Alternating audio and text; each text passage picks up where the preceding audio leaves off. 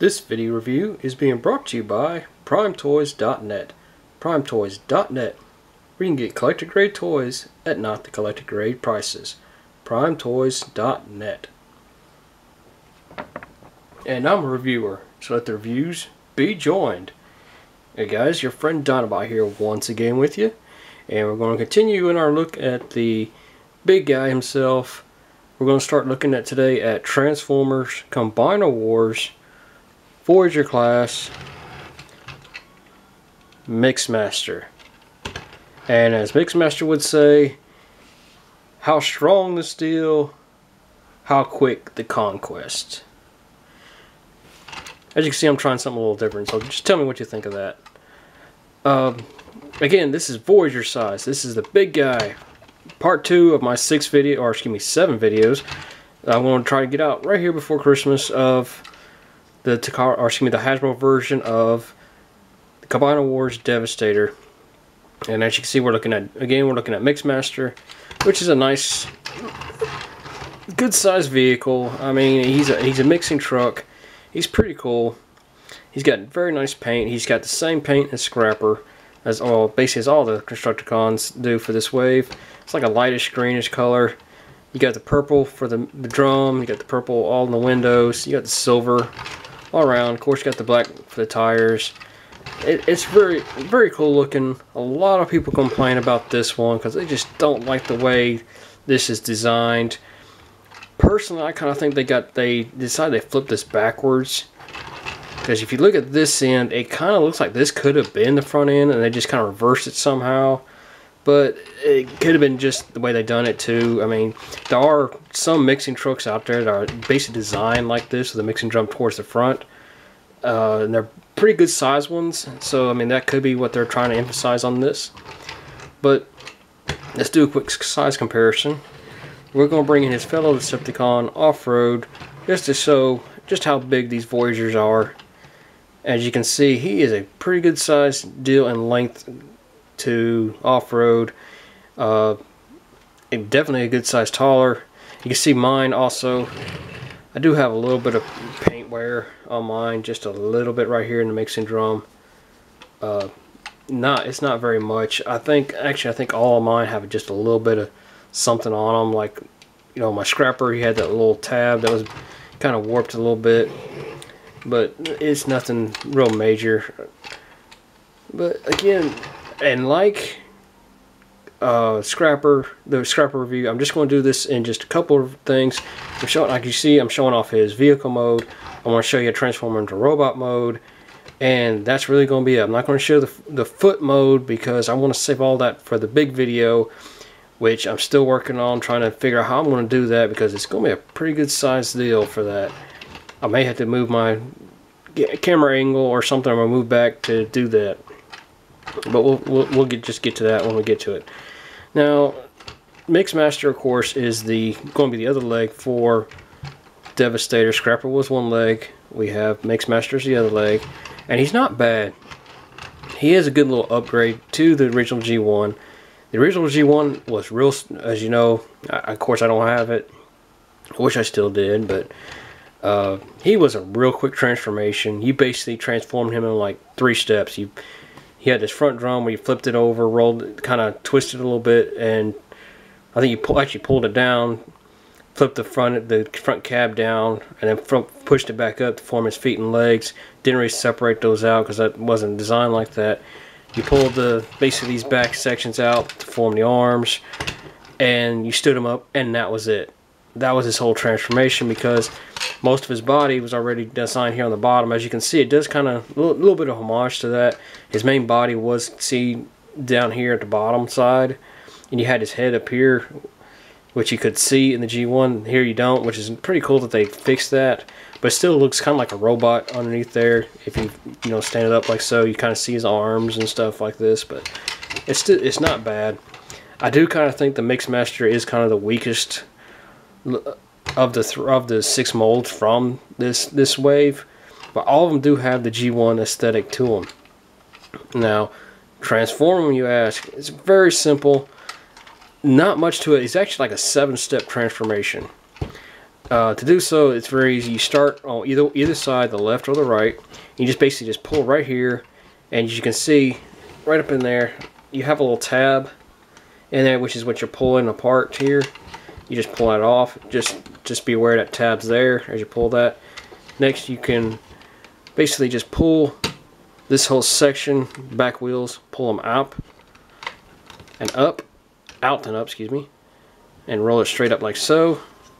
Do the same on this side. Just pull it out straight up, and there we have his arms already. Next step, you'll want to reach back here towards the back and just basically grab right here and pull. And as you can see, it pops it right out. All this is basically folded up in there, and you can see I've already, in my pulling, it kind of popped them loose already, and kind of loosen that up. That's not supposed to go like that. Turn them around, we'll straighten them up, and straighten his whole body up. And there's basically his legs. As you can see, I've already kind of done the next step. When I pulled it, it basically separated the legs already. Next, you'll want to come up here to the top. As you can see, it does also kind of weighs heavy a little bit. If you don't got it at the right angle, it will kind of lean back. Right up here, this piece here, you'll want to pull this section down and back, because you're going to flip his head up and out. Which I'm doing it the wrong way. There we go. Flip this piece around, and here we have Mixmaster's head, and he just basically just fold it right back. And there is, as you can see right here, which if I can get this angled right, there's a tab sort of right there that's sort of going to peg right, not really peg, but kind of slot in right up under here in this little tab. It's going to just kind of pop right in, sort of. If you can get it angled right, it kind of slides right in. It kind of sits in there a little bit better, and actually looks better in my book. It doesn't really show that in the instructions, but it kind of, you kind of get the gist that it's supposed to do that. And you just stand them up, and you have Mixmaster in his robot mode. It's not too bad for him.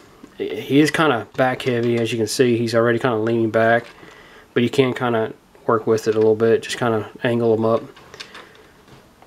But he's not bad. He isn't that bad. He does, as I said, to me he's my least favorite of the Constructicons in these modes.